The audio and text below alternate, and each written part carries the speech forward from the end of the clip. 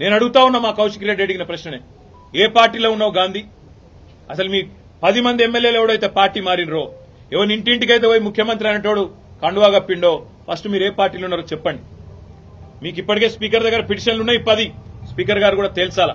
ఇవన్నీ కాదు, ఇవేమీ లేదు, మేము రైతు రుణమాఫీ మీద అడిగితే, లేదా వరద బాధితుల తరఫున ప్రశ్నిస్తే, లేదా రైతు బంధు ఎప్పుడేస్తావని అడిగితే, మహిళా సోదరిమణులకు 2500 ఎప్పుడు ఇస్తావని అడిగితే, లేదా పెన్షన్లు ఎప్పుడు పెంచుతావని అడిగితే, 100 రోజుల్లో గ్యారంటీలు అమలు చేస్తా అన్న సన్నాసి ఎక్కడ తెచ్చిండు ముఖ్యమంత్రి అని అడిగితే తట్టుకోలేక హెడ్లైన్ మేనేజ్మెంట్ కోసం, అటెన్షన్ డైవర్షన్ కోసం ఒక దిక్కు హైడ్రా అని హైడ్రామా, ఇంకో దిక్కు ఈ రకంగా ఎమ్మెల్యేల ఇంటి మీదకే గూండాలను పంపడం అంటే దీనికంటే సిగ్గుచేటు ఇంకొకటి ఉండదు. తప్పకుండా నేను రేవంత్ రెడ్డిని అంటా ఉన్నా, చరిత్రలో నీలాంటి పనికిమాలిన ముఖ్యమంత్రులు, నీలాంటి తలమాసిన ముఖ్యమంత్రులు మస్తుగా వచ్చిండ్రు, మస్తుగా పోయినరు.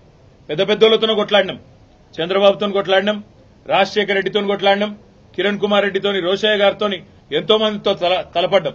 నువ్వు వాళ్ళందరికంటే కూడా చాలా చిన్నోడు, చిట్టినాయుడు, నువ్వు చాలా చిన్నోడవు.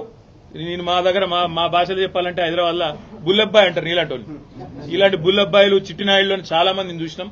ఏం ఫరక్ పడేది కూడా ఏం లేదు, ఏం ఇంటికి కూడా వీకలేవు. కానీ ఏదో పైశాచికానందం, 4 రోజులు ముఖ్యమంత్రి పదవిలో కూర్చున్నా, నేనేందో పెద్దోడిని అయిపోయినా అనేదో ఎగిరిగిరి పడతా ఉన్నావు.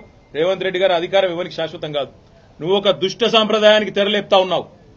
ఇది తప్పకుండా నిన్ను దహిస్తుంది, నిన్ను వెంటాడుతుంది. రేపు నువ్వు పదవిలోకి వెళ్ళి దిగిపోయినాక తప్పకుండా నువ్వు ఈరోజు ఏదైతే దుష్ట సాంప్రదాయాలు నెలకొల్పుతున్నావో ఇవన్నీ నీకే చుట్టుకుంటాయనే మాట కూడా నేను వారిని హెచ్చరిస్తా ఉన్నా. మొన్ననేమో నేను మారిన పార్టీ కాంగ్రెస్ పార్టీ విధానాలు నచ్చి మారినా అని చెప్పిన ఎమ్మెల్యే నిన్న మొన్నటి నుంచి నేను బీఆర్ఎస్ పార్టీలోనే ఉన్నా, నేను ఎక్కడికి పోలే. 10 మంది ఇక మాకు తప్పది పదవి గండం పోయితుంది మా పదవి అని చెప్పి కొత్త రాగం ఎత్తుకున్నారు.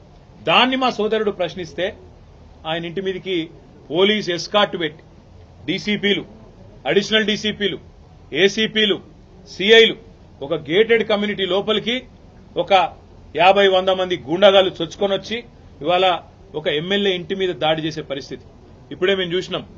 ఎమ్మెల్యే గారి ఇంటి మీద దాడి చేయడమే కాదు, వారి ఇంట్లో ఉండే పెద్దలు, వారి తల్లిదండ్రులు వచ్చినప్పుడు కానీ లేదా వారి మామగారు వచ్చినప్పుడు కానీ ఉండే రూమ్, ఆ రూమ్ మీద మొత్తం అద్దాలు బలగొట్టిండ్రు.